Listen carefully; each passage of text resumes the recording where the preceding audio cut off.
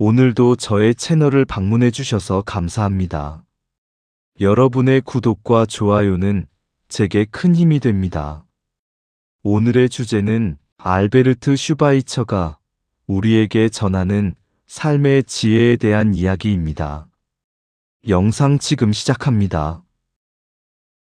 인생의 의미를 묻는 질문. 여러분, 잠깐만요. 지금 이 순간 잠시 멈춰주세요.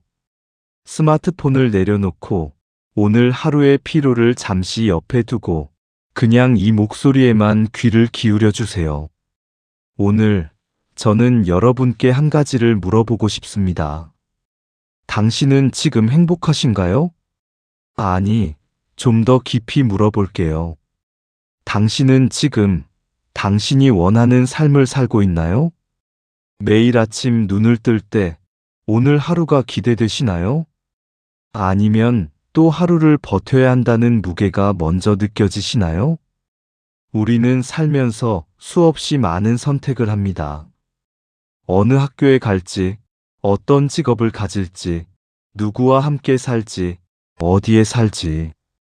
그런데 이상하게도 그 선택들을 모두 해나가면서도 가끔 이런 생각이 드는 거예요. 나는 지금 제대로 살고 있는 걸까? 나이 40이 넘어가면서 아니면 50이 되고 60이 되면서 문득 거울 앞에 서서 자신에게 묻게 되는 질문.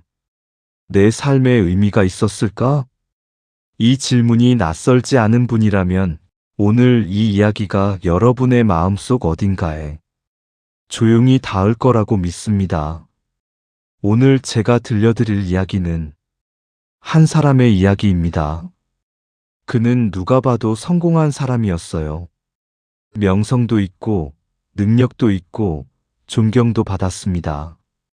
그런데 그는 30살에 모든 것을 내려놓고 전혀 다른 삶을 선택했어요. 왜냐고요? 그는 이런 말을 했습니다. 나는 단순히 행복하기 위해서가 아니라 선한 일을 하며 살기 위해 행복을 포기할 준비가 되어 있었다. 이 사람의 이름은 알베르트 슈바이처. 그리고 오늘 우리는 그의 삶 속으로 들어가 보겠습니다. 알베르트 슈바이처의 삶. 천재가 태어나다. 1875년 1월 14일. 지금의 프랑스 알자스 지방 카이제르스베르크라는 작은 마을에서 한 아이가 태어났습니다. 그 마을은 독일과 프랑스 사이에 낀 곳이었어요. 언어도 문화도 역사도 뒤섞인 경계의 땅. 어쩌면 그 경계에서 태어난 것이 그의 운명을 암시하는 것이었는지도 모르겠습니다. 그는 자라면서 2가지 언어를 자연스럽게 익혔고 2가지 문화를 몸에 담았어요. 아버지는 목사였습니다. 그래서 어린 알베르트는 매주 교회에서 오르간 소리를 들으며 자랐어요. 그리고 9살이 되던 해, 그는 오르간 앞에 처음 앉았습니다. 손가락이 건반 위에 닿는 순간 무언가가 전기처럼 흘렀다고 해요. 음악이 단순히 듣는 것이 아니라 자신의 몸 안에서 흐르는 언어라는 것을 그 순간 느꼈던 것 같습니다. 그 이후 그의 음악적 재능은 눈부시게 피어났어요. 파리에서, 베를린에서 유럽 최고의 음악가들에게 사사를 받았고 특히 요한 세바스티안 바흐의 음악에 완전히 빠져들었습니다.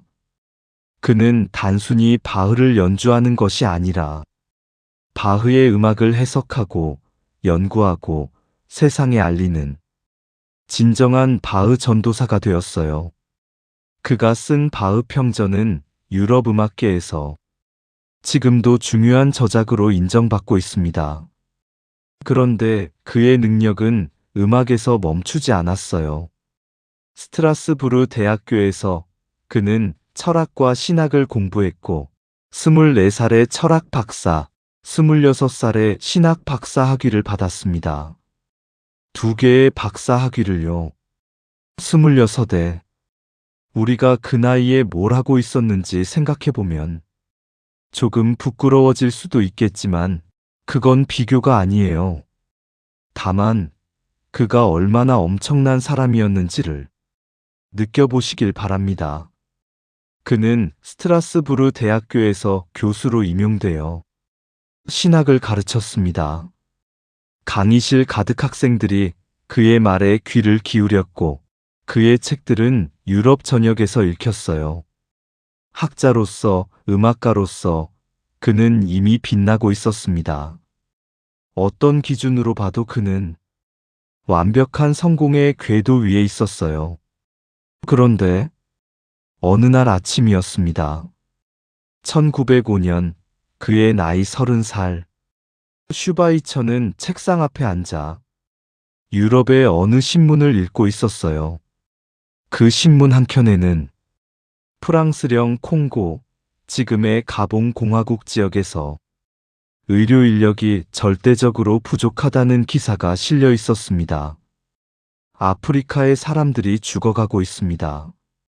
치료해줄 의사가 없어서, 약이 없어서, 관심을 가져줄 사람이 없어서 그는 그 기사를 읽으며 멈출 수가 없었어요.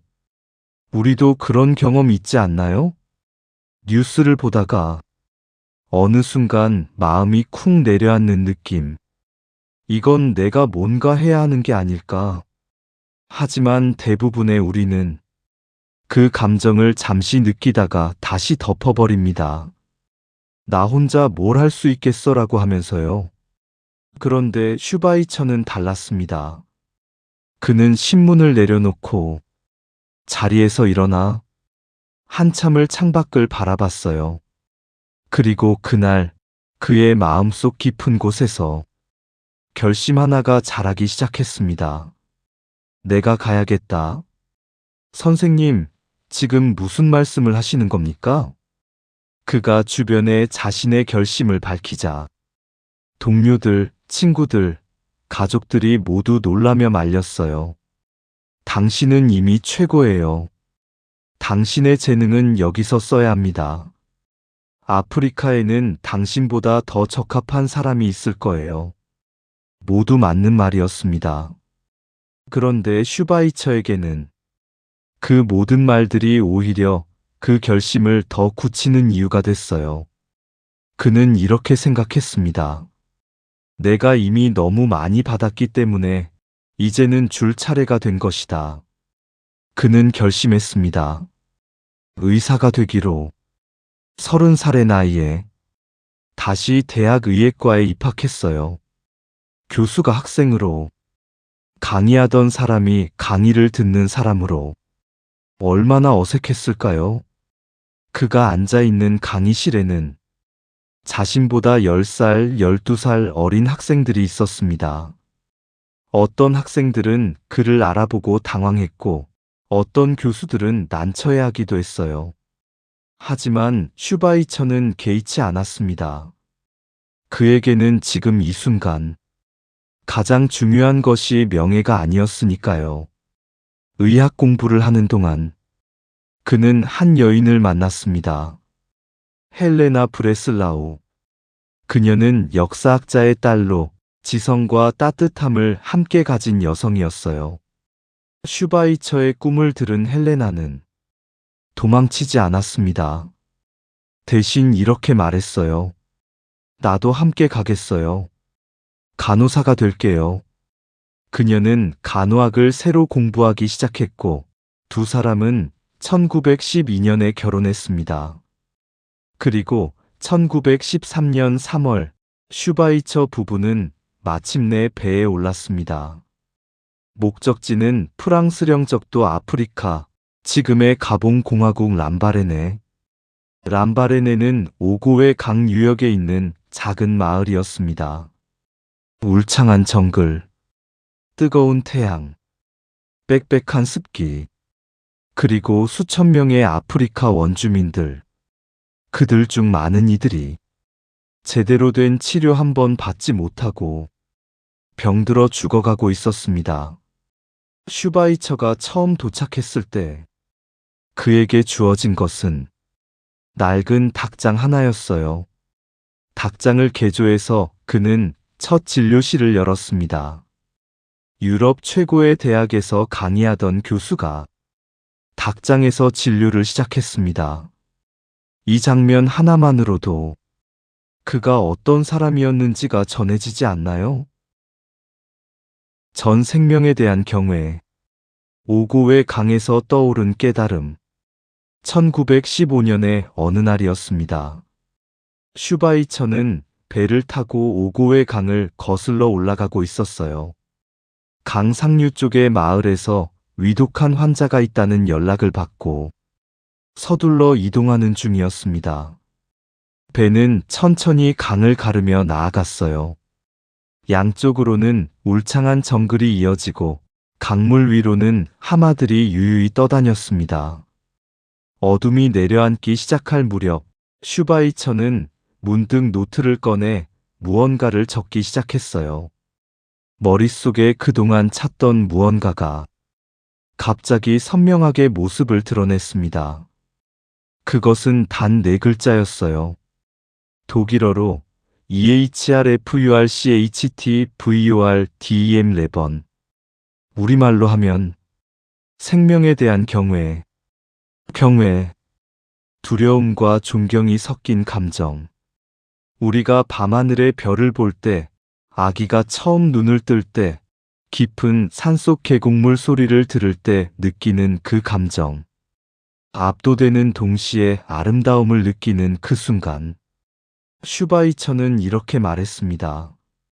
나는 살고자 하는 생명들 한가운데서 나 역시 살기를 원하는 생명이다. 이 한 문장 안에 그의 모든 철학이 담겨 있습니다. 여러분, 잠깐 눈을 감아보세요. 지금 이 순간 여러분의 심장이 뛰고 있습니다. 피가 온몸을 돌고 있어요. 폐가 숨을 들이마시고 내뱉고 있습니다. 여러분이 아무것도 하지 않아도 생명은 스스로 작동하고 있어요. 눈을 뜨세요. 이것이 바로 슈바이처가 말한 생명의 신비입니다. 그는 이렇게 말했어요. 선이란 생명을 유지하고 보호하는 것이며 악이란 생명을 파괴하고 방해하는 것이다. 아주 단순해 보이는 말이지만 이 말 안에는 엄청난 의미가 담겨 있습니다. 우리가 흔히 생각하는 선과 악은 복잡한 도덕률이나 종교적 계율에서 나옵니다. 하지만 슈바이처는 말합니다. 그 모든 것의 뿌리는 결국 하나라고. 살아있는 것을 살게 하는 것이 선이고 살아있는 것을 죽이는 것이 악이라고.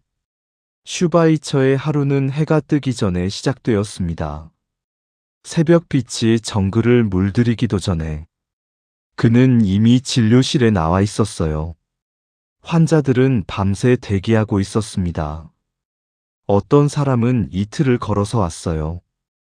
어떤 사람은 카누를 타고 강을 내려왔고 어떤 사람은 가족들이 들것에 실어왔습니다. 말라리아, 수면병, 한센병, 열대성 궤양. 유럽에서라면 간단하게 치료되거나 예방될 수 있는 병들이 아프리카 정글에서는 사람들의 목숨을 앗아가고 있었어요. 슈바이처는 하루에 수십 명의 환자를 보았습니다. 언어가 통하지 않아도 괜찮았어요. 손짓, 눈빛, 그리고 손의 온기로 충분했습니다. 아픈 곳을 가리키면 그는 천천히 주의 깊게 살폈어요. 그의 손이 환자의 몸 위에 놓일 때 환자들은 종종 울었습니다. 왜냐고요? 아마 처음이었을 거예요. 누군가가 자신의 아픔에 그렇게 진지하게, 그렇게 따뜻하게 손을 얹어준 것이. 어느 날 한 소년이 병원에 왔습니다. 이름은 코코, 나이는 12살. 그는 수면병을 앓고 있었어요. 수면병은 채채파리에 물려 걸리는 병인데 치료하지 않으면 점점 잠이 깊어지다가 결국 깨어나지 못하게 됩니다. 코코가 처음 병원에 왔을 때 그는 이미 의식이 흐릿했어요. 슈바이처는 며칠 밤을 꼬박 새우며 그 아이 곁에 머물렀습니다. 주사를 놓고 약을 먹이고 체온을 재고 물수건으로 이마를 닦아주었어요. 아이의 어머니는 그 곁에서 무릎을 꿇고 기도했습니다. 일회째 되던 날 아침 코코가 눈을 떴어요. 어머니가 아이를 끌어안고 울었고 슈바이처도 그 자리에서 조용히 눈물을 닦았다고 합니다. 그는 이런 말을 남겼어요. 이 아이의 눈이 다시 빛나는 것을 보았을 때 나는 내 인생의 어떤 강의보다 어떤 연주보다 더 큰 행복을 느꼈다.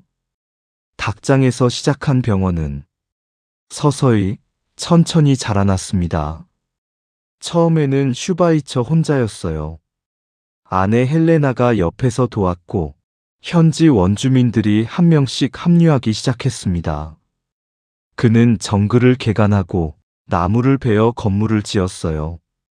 유럽에서 기부금이 들어올 때마다 새 건물이 하나씩 세워졌습니다. 진료실, 수술실, 입원실, 나중에는 환자를 위한 별도 마을까지. 제1차 세계대전이 터지자 슈바이처는 독일 국적자라는 이유로 프랑스 식민지에서 적국민으로 분류되어 수용소에 갇히기도 했습니다. 전쟁 중에도 적국민으로 분류되었을 때도 그는 아프리카를 떠나지 않았습니다. 결국 그의 의료 활동에 감동한 프랑스 당국에 의해 석방되었고 그는 다시 병원으로 돌아왔어요. 한번 생각해 보세요. 자신이 억류되고 위험에 처하고 모든 것을 빼앗길 수 있는 상황에서도 그는 그 땅을 떠나지 않았습니다. 왜냐고요? 그가 떠나면 코코 같은 아이들이 또 죽을 테니까요. 흥미로운 사실 하나를 드릴게요. 슈바이처는 아프리카에서도 음악을 멈추지 않았습니다. 그는 정글 속에 작은 피아노를 들여놓았어요. 아프리카의 습한 기후 탓에 피아노는 자주 음이 틀어졌지만 그는 매일 저녁 진료가 끝나면 피아노 앞에 앉았습니다. 그 소리가 정글에 울려 퍼질 때 환자들은 병실에서 조용히 귀를 기울였어요. 누군가는 잠이 들었고 누군가는 고향을 떠올렸으며 누군가는 그냥 눈물을 흘렸습니다. 음악은 언어가 필요 없었어요. 아프리카의 원주민도 유럽에서 온 간호사도 어린아이도 노인도 바흐의 선율 앞에서는 모두 같은 감동을 나눌 수 있었습니다. 슈바이처는 이것을 보며 말했습니다. 음악은 생명 경외의 가장 아름다운 표현이다. 소리 하나하나가 살아있는 것들에게 경의를 표한다. 물론 슈바이처의 삶이 언제나 아름답게만 평가받은 것은 아니었습니다. 그는 살아있는 동안에도 그리고 세상을 떠난 뒤에도 비판을 받았어요. 어떤 비판이냐고요? 그는 아프리카를 유럽식 시선으로 바라봤다. 원주민들을 동등한 인격으로 대하지 않았다. 그의 봉사는 파트너십이 아닌 시혜의 관점이었다. 이러한 비판들은 충분히 경청할 필요가 있습니다. 역사적 맥락에서 보면 슈바이처도 시대의 한계를 가진 인물이었습니다. 완벽한 성인이 아니었어요. 하지만 저는 오늘 이 영상에서 그의 한계를 비판하기 위해 이 이야기를 하는 것이 아닙니다. 그의 불완전함 안에서도 그가 남긴 질문은 여전히 유효합니다. 나는 오늘 내가 받은 것을 누군가에게 돌려주고 있는가? 이 질문 앞에서 우리는 스스로를 돌아볼 수 있어요. 1952년 슈바이처의 나이 77. 그는 노벨 평화상을 수상했습니다. 시상식 연설에서 그는 이렇게 말했어요. 평화는 단순히 전쟁이 없는 상태가 아닙니다. 평화는 우리 안에서 시작됩니다. 한 사람이 다른 사람의 생명을 경외할 때 그곳에 평화가 생겨납니다. 전 세계 언론이 그 말을 받았었습니다. 하지만 슈바이처 자신은 수상 소식을 듣고 이렇게 말했대요. 이 상금을 가지고 나 환자 마을을 더 넓혀야겠군. 상을 받았을 때 제일 먼저 한 생각이 병원을 키워야겠다는 것이었다니. 이 사람이 진짜 어떤 사람인지 이 한 장면만으로도 충분하지 않나요? 오늘을 사는 우리에게 우리의 이야기로 돌아오며 슈바이처는 1965년 90살의 람바레네에서 세상을 떠났습니다. 그가 처음 아프리카에 발을 디딘 지 52년이 지난 뒤였어요. 그는 마지막까지 아프리카를 떠나지 않았습니다. 그리고 지금도 그는 그 땅에 묻혀 있습니다. 오고웨 강옆, 그가 손으로 직접 지은 병원 가까이에. 저는 이 이야기를 처음 읽었을 때 한참 동안 멍하니 앉아 있었습니다. 이 사람은 도대체 어떤 마음으로 살았을까? 부러움이 아니었어요. 그냥 뭔가 나의 마음 안쪽 깊은 곳에 살며시 불이 켜지는 것 같은 느낌이었습니다. 혹시 이렇게 생각하시는 분이 있을 거예요. 슈바이처 같은 사람이 있으니까 그런 삶이 가능하지. 나는 그런 능력이 없어. 저는 그 마음을 충분히 이해합니다. 그런데 잠깐 생각을 바꿔볼게요. 슈바이처가 처음부터 모든 것을 갖고 있었을까요? 아니에요. 그도 처음에는 작은 소년이었습니다. 교회 오르간 소리에 귀를 기울이던 그냥 평범한 목사의 아들. 다만 그는 자신이 가진 것을 아꼈고, 자신이 받은 것을 기억했고, 자신이 줄 수 있는 것을 찾았습니다. 그것뿐이에요. 우리도 갖고 있어요. 각자의 자리에서 각자의 방식으로 줄 수 있는 무언가가 분명히 있습니다. 슈바이처는 말했습니다. 아무도 모든 것을 할 수 없다. 하지만 모든 사람은 무언가를 할 수 있다. 선행이라고 해서 반드시 아프리카에 가야 하는 건 아니에요. 오늘 엘리베이터에서 이웃에게 먼저 눈인사를 건네는 것. 바쁜 길에서 노인이 짐을 들어주는 것. 퇴근길에 들른 편의점 직원에게 수고하세요 한마디. 가족에게 오늘 하루 어땠어? 라고 진심으로 묻는 것. 작아 보이죠? 그런데 슈바이처가 닭장병원에서 처음 시작할 때도 그건 아주 작은 시작이었습니다. 코코 한 명을 살렸던 그 손길이 결국 수십 년 동안 수만 명의 생명을 구했어요. 모든 큰 강은 작은 시냇물에서 시작됩니다. 요즘 많은 분들이 이런 말씀을 하세요. 사는 게 의미가 없어요. 뭘 위해 사는 건지 모르겠어요. 저는 그 말이 진심이라는 걸 압니다. 특히 자녀를 다 키우고 나서, 혹은 직장을 그만두고 나서, 혹은 오랜 관계가 끝나고 나서 갑자기 텅 빈 것 같은 그 공허함. 슈바이처의 삶은 이렇게 말합니다. 인생의 의미는 찾는 것이 아니라 만드는 것이다. 의미는 하늘에서 떨어지지 않아요. 누군가에게 필요한 존재가 될 때 그 순간 의미가 생겨납니다. 동네 도서관에서 아이들에게 책을 읽어주는 자원봉사. 병원 무연고 환자들을 방문하는 모임. 반찬을 나눠주는 이웃 모임.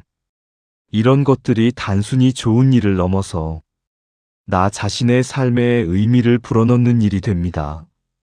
슈바이처가 그것을 증명했습니다. 그가 아프리카에서 환자를 볼 때 가장 행복했던 건 단순히 그들을 살렸기 때문만이 아니었어요.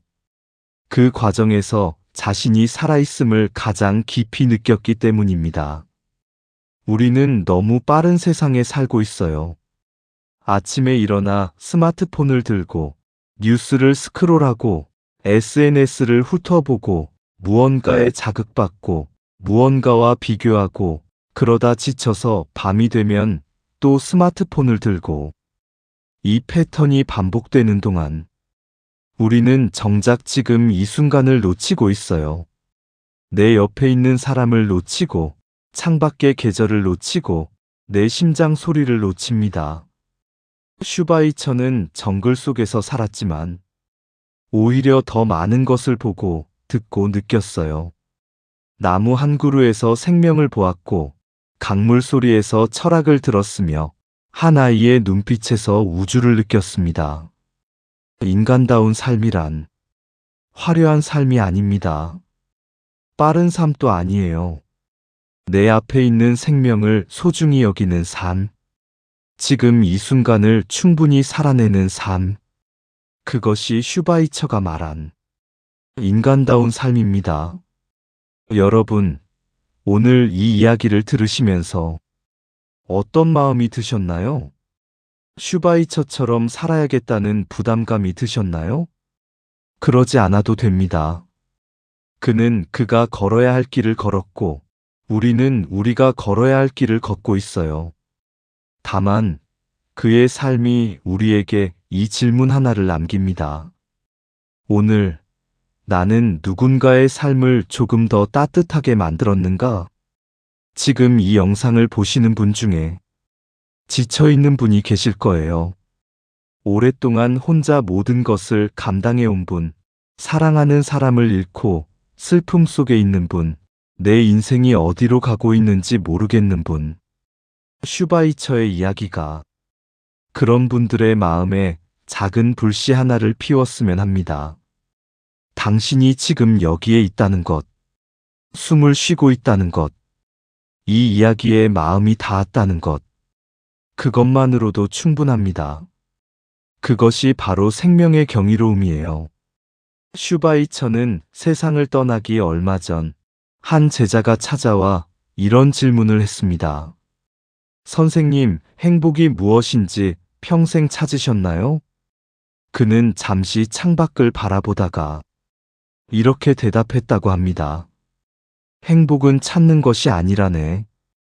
나는 한 번도 행복을 찾아다니지 않았어. 다만 살아있는 것들을 바라보며 그것들이 더 잘 살 수 있도록 내가 가진 것들을 내어놓았지. 그런데 신기하게도 그 순간순간마다 내가 가장 살아있음을 느꼈네. 그게 행복이 아니었을까? 여러분, 오늘 밤 잠들기 전에 잠깐만 멈춰보세요. 내 곁에 있는 사람을 한 번 더 바라보세요. 창밖의 달을 한 번 올려다보세요.